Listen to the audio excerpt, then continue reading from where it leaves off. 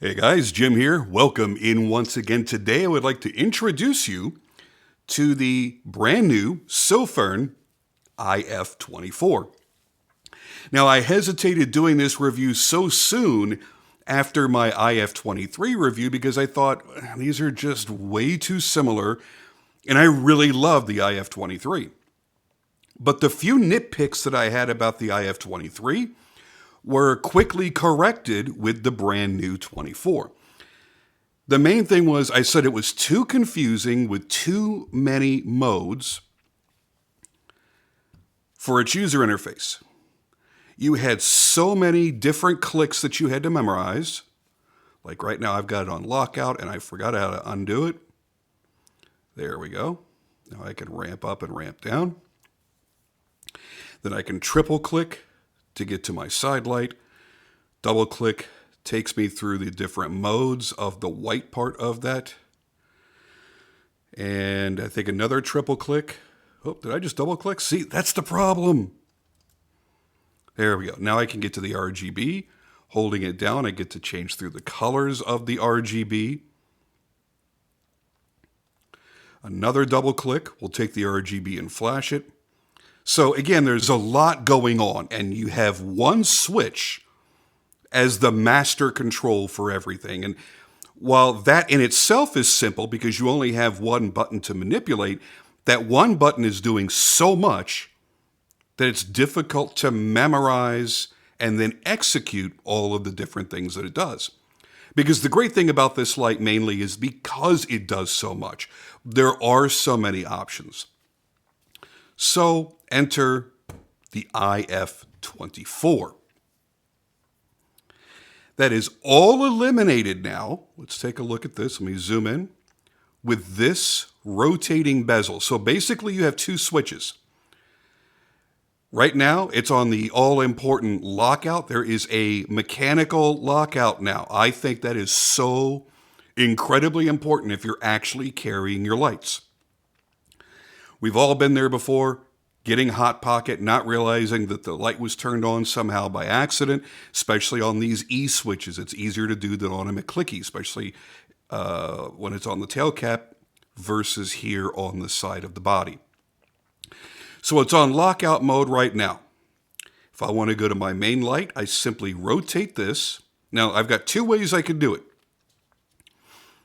I could either just rotate it, and rotating it will turn that on, or operate like normal, on and off, and then I can select with the E switch. With the bezel. Now I've gone from my main light over here to the side light in the RGB mode, and now the side light in the all white mode. Then back over here to lockout. So it doesn't matter what I do, it won't turn on. However, if I need to use it for something and I don't know what mode the ring is on, I can't figure anything out, I can hold it down and get a very, very safe, low-level moonlight. So if this was in your pocket and it were getting pressed, this generates almost no heat whatsoever, no issues at all. So I love the fact that it's got the lockout. I really, really, really like this bezel. When it's off, I can just simply decide to switch through the bezel settings and see what I want to use. Now, once I've selected the mode, let's start with the regular light first. That'll probably be easier. So now I'm in my main light.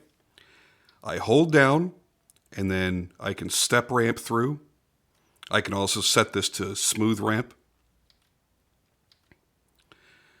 I've also got double click for turbo.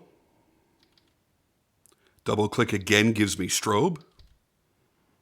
And then double click again gives me the SOS mode. And then I've got the beacon mode. Again, these are all things that this light does, but you have to memorize all the different ways to do it.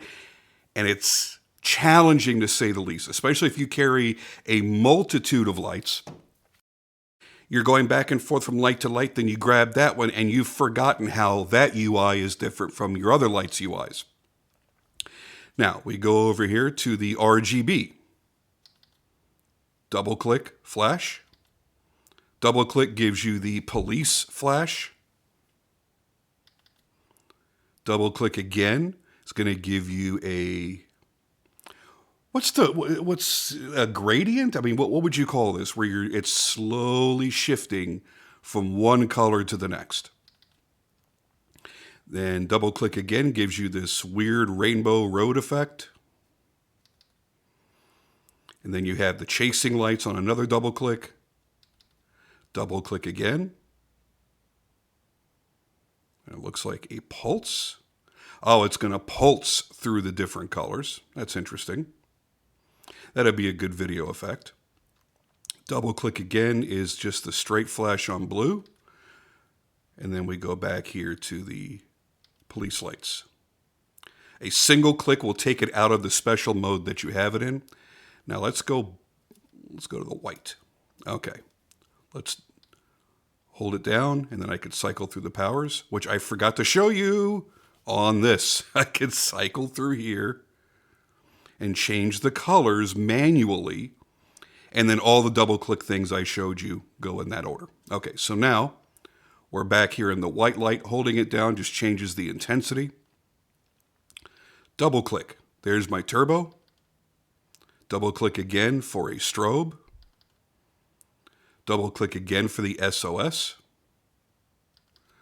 Double-click again gives you the emergency beacon. And double-click again brings you back.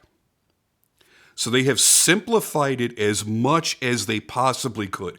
For me, that is absolutely enough to justify the $40 expense to get the new light. And there again is that surprising feature that all Sofirns have, a price so low that it's shocking. Yeah, 40 bucks. 40 bucks, I've got a really great 2000 lumen flashlight that has all of these auxiliary options, which for some people may never get used. For some people, it's going to get used a lot more than even the main light. So now this one switch has less to be responsible for, and as such, less for you to memorize or fumble around with. I dig it. I totally dig it. So let's go back to the main light here. Boom, there's your main light. And that is going to be an SST40 running at 6,000 to 6,500 Kelvin. Very standard. Let's turn it off. If we have it off and we long press, there is our moonlight, which should be 1 lumen. And then we can just step through. So your low is 10 lumens, your medium is 150 lumens, high is 700 lumens, and then the turbo is 2,000 lumens. On the sidelight, it'll go up to 550 lumens max power on the white. Plus, you've got all the RGB functionality. And this is all being run off of a single 18650 under a magnetic tail cap. And just like the 23, you are able to charge it from the USB-C port on the side, as well as charge other devices from this. So you can carry this as a power bank. So you've got a power bank that has the additional utility of being a flashlight. They've also changed the LED indicator from the switch to the side of the body. It's actually a little brighter as well. So as you're using the light, this can change. I think it goes to amber then to red, but either way, it's going to let you know if it's got a full charge or if it needs to be charged just by the color of the LED. Another nice little thing. Everything about this is better. It's also lighter weight. You don't have this metal faceplate on there, which I will say I like the look of the frosted glass. Help if I get back into the right mode. There we go. Let's put it on the same color so you can see how different they look. We're getting there. So this is much more diffused than this one is. Doesn't seem to really change all that much, at least not on the RGB mode. But what happens if I go into the white mode?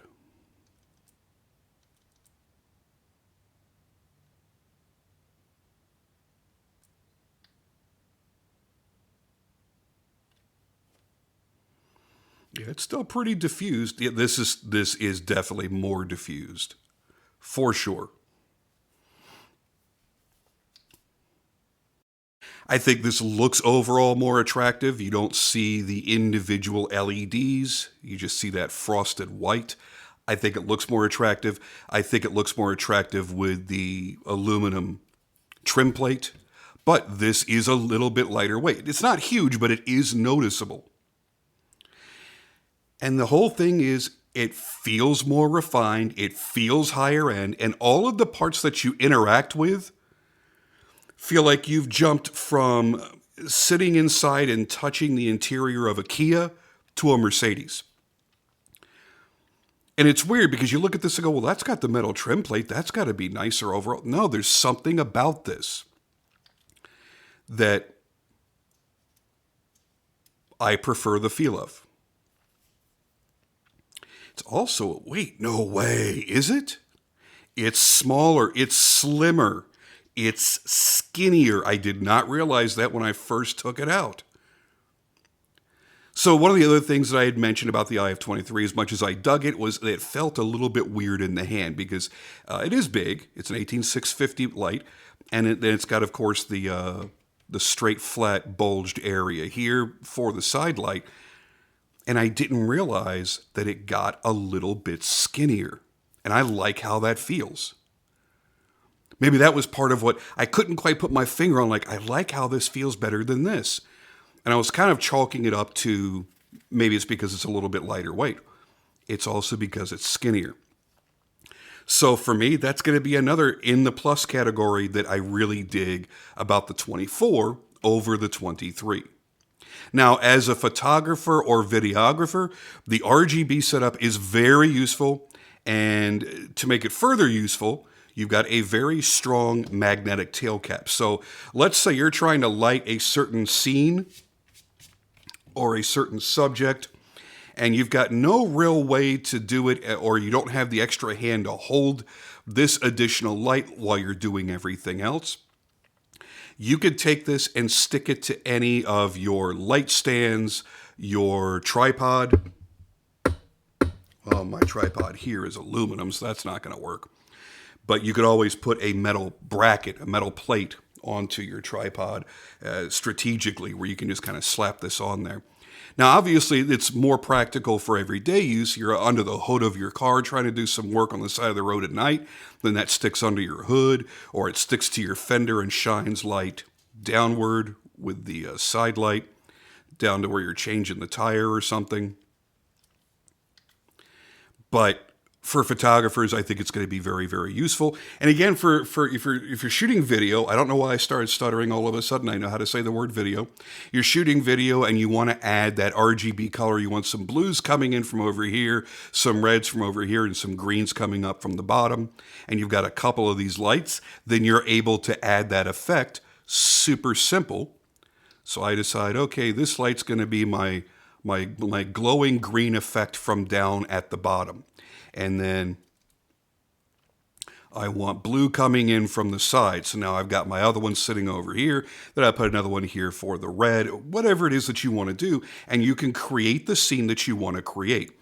Now, I don't know what kind of videos you're doing, but you might find a use for the red and blue. Maybe you're making a video documentary about some kind of unsolved crimes or something, and you want to shoot a little bit of B-roll of some flashing police lights coming in through a foggy window or something like that, then you obviously have something useful for that.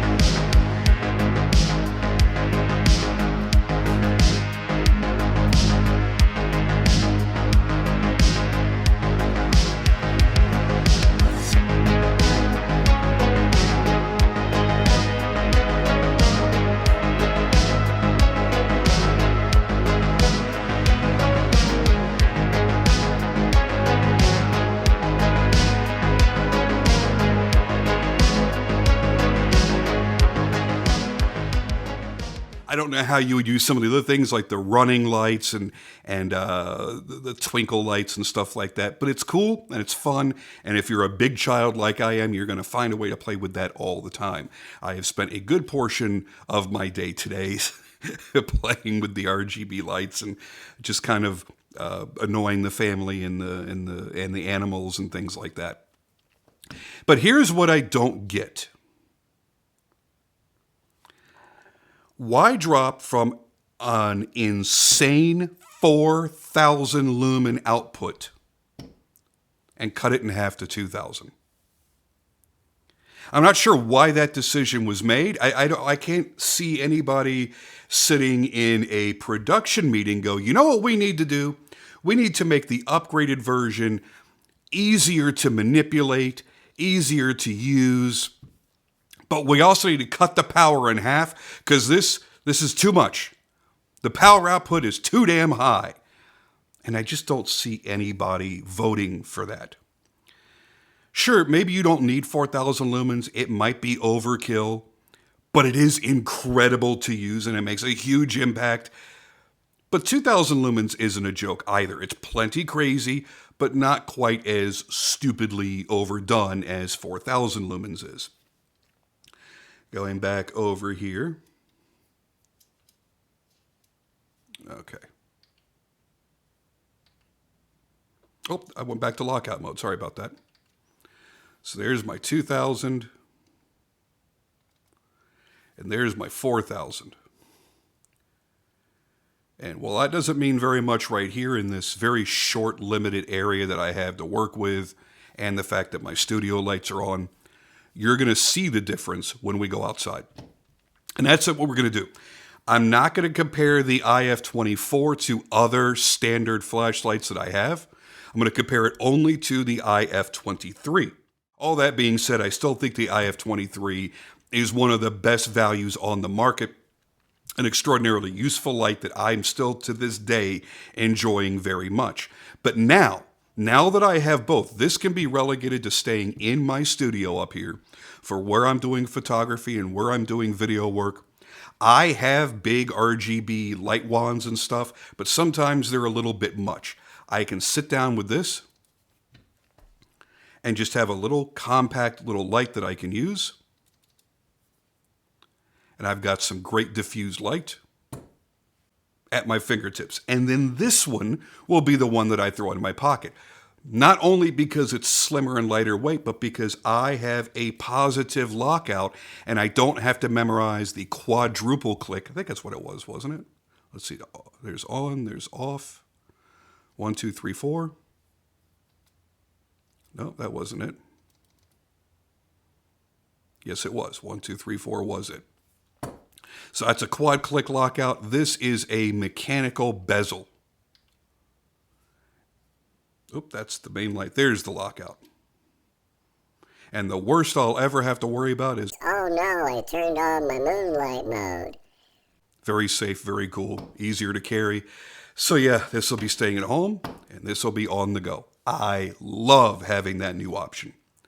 So if you were looking at this and thinking to yourself, I think it's really cool, I like the versatility, but I don't know that I'm going to be able to memorize all the stuff that one switch does, this is going to be for you.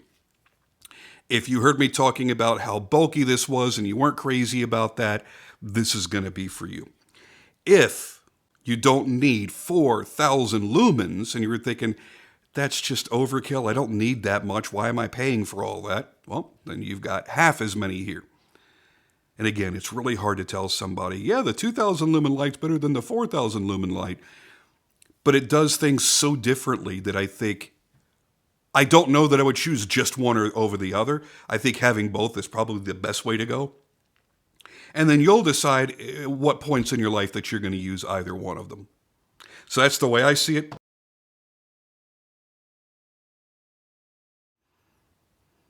How about something utterly insane? Yep, I'm going to be doing another Sofirn video. Get used to that because I think the next few flashlight videos I'm doing this year are going to be Sofirns. I am locked in and in love with this brand. And this monster right here, That's 8,000 lumens. Yep.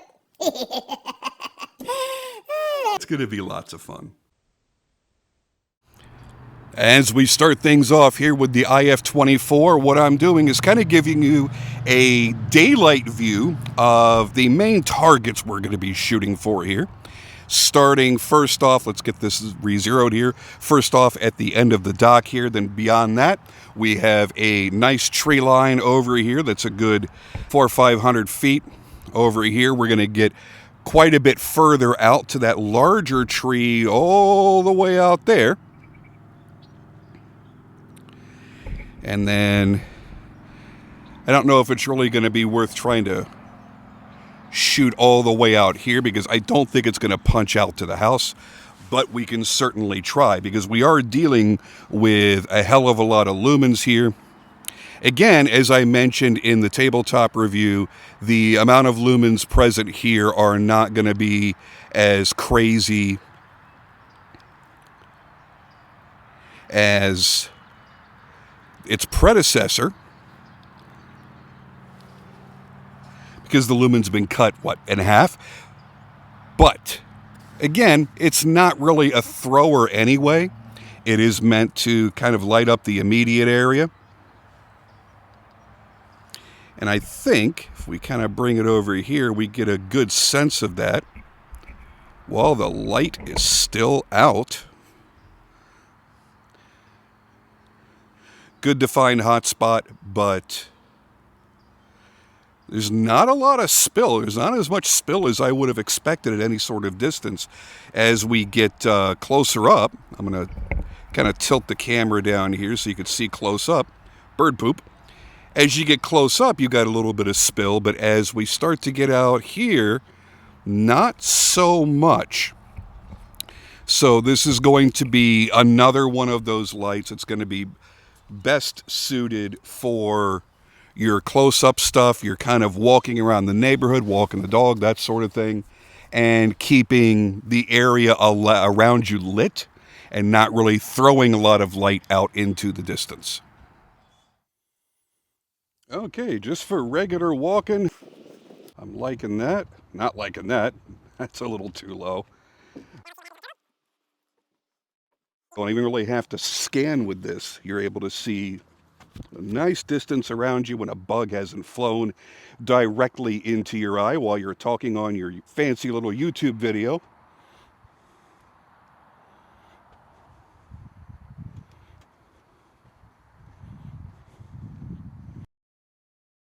You can even light up your way with your soft diffused sidelight. It's actually pretty darn impressive. Now, I'm going to take you with me. Here we are on high mode. See what I mean? You don't really have to scan left and right because you've got a nice wide path, good amount of spill. Let's get some distance out of it. Oh, yeah. I don't know if the camera is really focusing. I'm really liking that.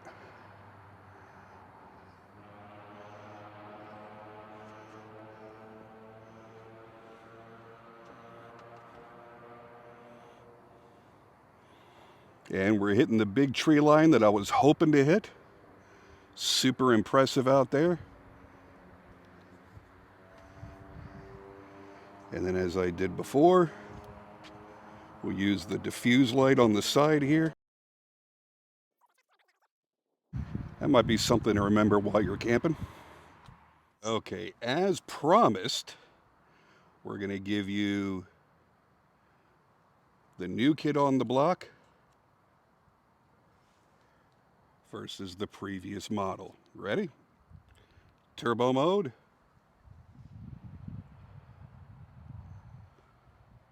And turbo mode. Yep, you know what?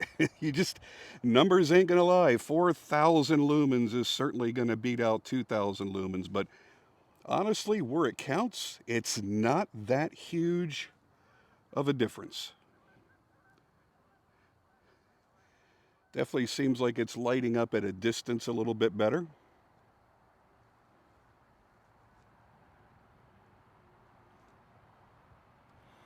But I'm going to be honest with you, it's not significant. So if you're wondering, should I get the old, should I get the new? I don't think you can go wrong with either.